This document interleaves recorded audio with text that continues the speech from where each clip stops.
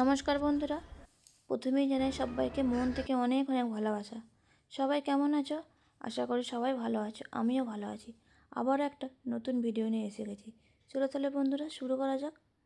জীবনে একটা সময় ছিল জানো তো, যখন মনে হতো সবাইকে খুশি রাখাটা সবচেয়ে বড় দায়িত্ব। কেউ কিছু বললে সঙ্গে সঙ্গে নিজের ভুল খুঁজতাম, কেউ রাগ করলে ভাবতাম নিশ্চয়ই আমারই কোনো দোষ হয়েছে। সবার মন জয় করার চেষ্টা করতে করতে কখন যে নিজের মনটার কথা শোনা বন্ধ করে দিয়েছিলাম সেটাই বুঝতে পারিনি।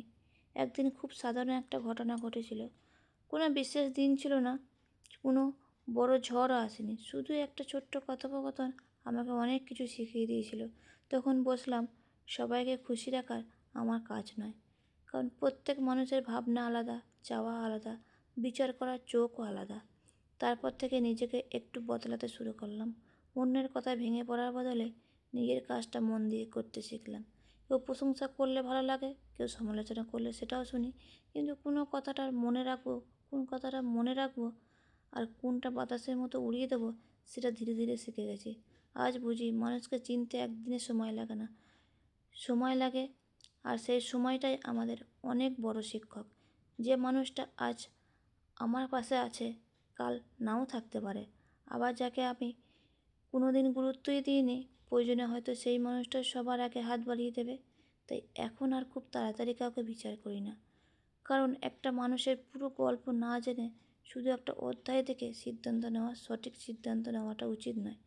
জীবন আমাকে জীবন আমাকে আরও একটা কথা শিখিয়েছে, ভালো মানুষ হওয়ার চেষ্টা করো, কিন্তু এতটা সরল হবে না যে সবাই তোমাকে ভালো ভালো ভেবে নিজের সুবিধার জন্য ব্যবহার করে।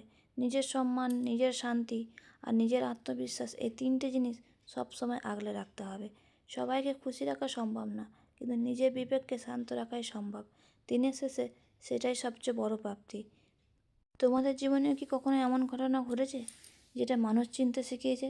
যদি হয়ে থাকে তাহলে অবশ্যই কমেন্টে লিখে জানাবে। আর তোমাদের জীবনেও কি এরকম ঘটনা যদি কোনো ঘটে থাকে তাহলে কমেন্টে জানিও। সেই কমেন্টগুলো পড়তে কিন্তু খুবই ভালো লাগে। তোমাদেরকে তো আমি আগেই বলেছি আগের দিনের ভিডিওটা, এটা আগের দিনের ভিডিও, কারণ দিনের দিন ভিডিও শ্যুট করে এডিট করে পোস্ট করতে সময় লেগে যায়, তাই পোস্ট করা হয় না। তাই আগের দিনে ভিডিওটা বানিয়েছিলাম। তুলসী গাছে চারাটা লাগিয়েছিলাম রথের দিন, কারণ আগের দিন কিনেছিলাম, টব ছিল না, টবটা কিনে এনে পরের দিন বসালাম। আর ঠাকুরের থালাগুলো আগের দিন রাত্রেবেলা ধুয়ে রাখি, কেননা দিনের বেলায় সেদিন সকালবেলা পুজো করতে দেরি হয়ে যায়, রান্না বান্না করে পুজো করতে অনেকটাই দেরি হয়ে যায়। তা আগের দিন সন্ধ্যাবেলা চেষ্টা করি ধুয়ে রাখার জন্য। তাই আগের দিন সন্ধ্যাবেলা ধুয়ে এগুলোকে পরিষ্কার করে রেখে দিলাম। চলো তাহলে বন্ধুরা, আজকের ভিডিওটা এই পর্যন্তই। তোমাদের জীবনে যদি এরকম কোনো গল্প থাকে তো অবশ্যই কিন্তু আমাকে কমেন্টে জানিও। তোমাদের গল্পগুলো আমি কিন্তু পড়বো। সবাই ভালো থাকো, সুস্থ থাকো।